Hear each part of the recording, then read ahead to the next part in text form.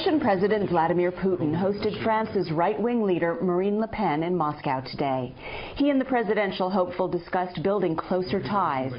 Putin said he has no intention to influence the upcoming French election, but in the past, when Le Pen's National Front needed funds, Russia lent the cash. In Italy, another anti-Europe party is getting moral support from within the Kremlin. Matteo Salvini recently traveled to Russia, where he signed a political accord with Putin's party. He says he would rather hitch his wagon to Moscow than to Europe's establishment.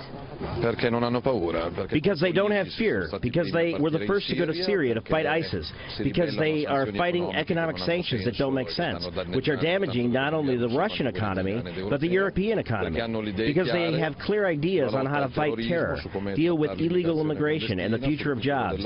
There is also the growing influence in Europe of Russian-backed media outlets like RT and Sputnik, put out in different languages. More murkier allegations of Russia disseminating fake news on social media and hacking here too, which Russia denies. So what is the goal here? Some observers say that an isolated Russia is simply looking for any friends or allies it can find in Europe. And others say that they think the plan is more sinister and to destabilize, ultimately, Europe. What does the Kremlin get out of building these kinds of alliances? Well, clearly, they get closer to their ultimate goal, which is to have a paralyzed EU that's incapable of making decisions, an EU that is much more inward-looking. It seems European politics are fair game for Americans, too.